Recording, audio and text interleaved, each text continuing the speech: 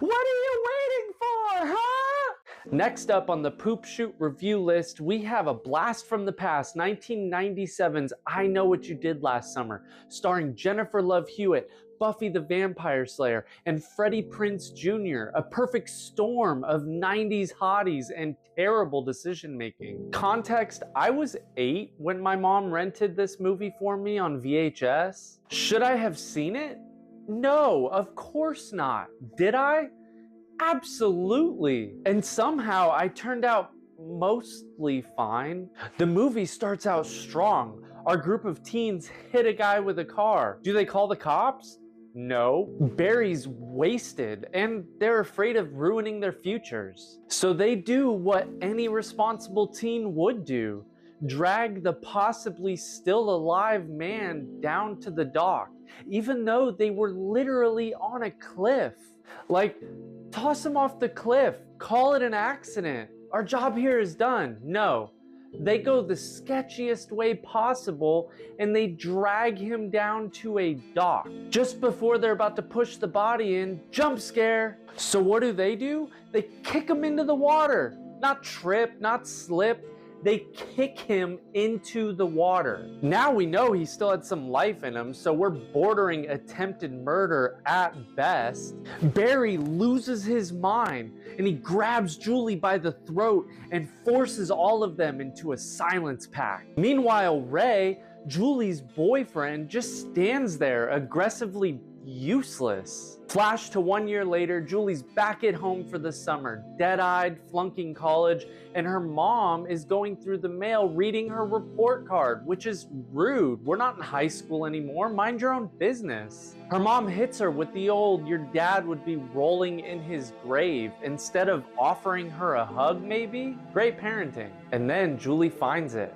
I know what you did last summer. A note, handwritten, hand-delivered, no postage, and absolutely terrifying. For her, not me as the watcher. I was fine. The murderous crew has split up at this point. Helen, which I will refer to as Buffy for the remainder of this so that we don't get things confused, tried to go acting in New York and failed. Barry is still angry and cocky as ever, and Ray is out here cosplaying as a fisherman.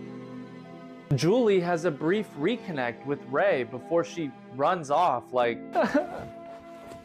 it was totally uncalled for and just ridiculous. First kill of the movie? Poor Max. Just doing his job, not even involved in the situation, then bam! Hook to the face. Poor Max. I mean, all the guy wanted was a hot girl, but instead, you know.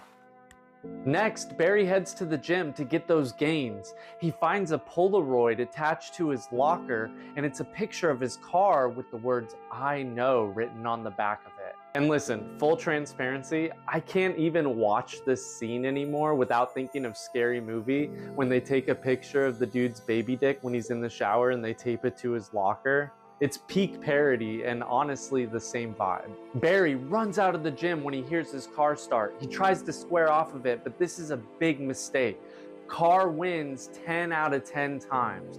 Barry gets wrecked. The killer gets out of the car and walks up to Barry, showing him the hook like, you're next, but lets him live. Meanwhile, Buffy wakes up with chopped up hair and the word soon written on her mirror. Now we're getting personal. Julie hears scratches in her trunk, so she stops the car and she opens the trunk to find Max's dead body covered in live crabs. And not the itchy kind, like actual seafood. She screams and runs away to get her friends, and when they come back, the trunk is spotless. Either she's hallucinating or the killer moonlights as an absolute magician. And then we get the iconic scene.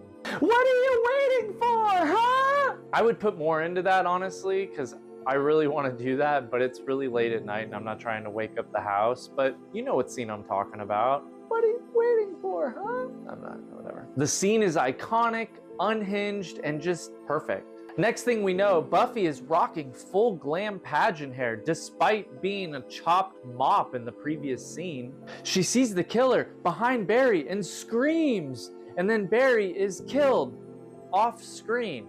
Hello, this is an R-rated movie? Totally weak. A cop gaslights her and then ends up driving her home when he stops to help a stranded motorist. He gets hooked. Buffy kicks out the window of the cop car and runs to her sister's store, nearly escaping before she gets her sister killed, which good riddance, she was a total bitch. And then the killer catches Buffy. Hookers in the alleyway, you know what I mean?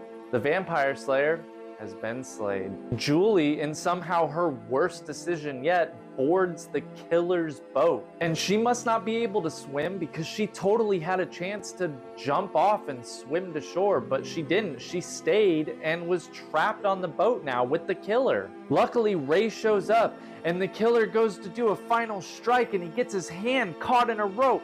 The rope pulls him up to the top and cuts his hand off. The whole thing is very Final Destination-esque. The cops arrive on the scene, and when they pull up the net, they just have a hook with a hand in it. No body.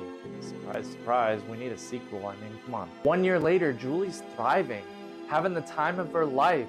This is all past her, and she decides to take a shower that's way too hot, in a bathroom that's way too steamy, and then she sees the door.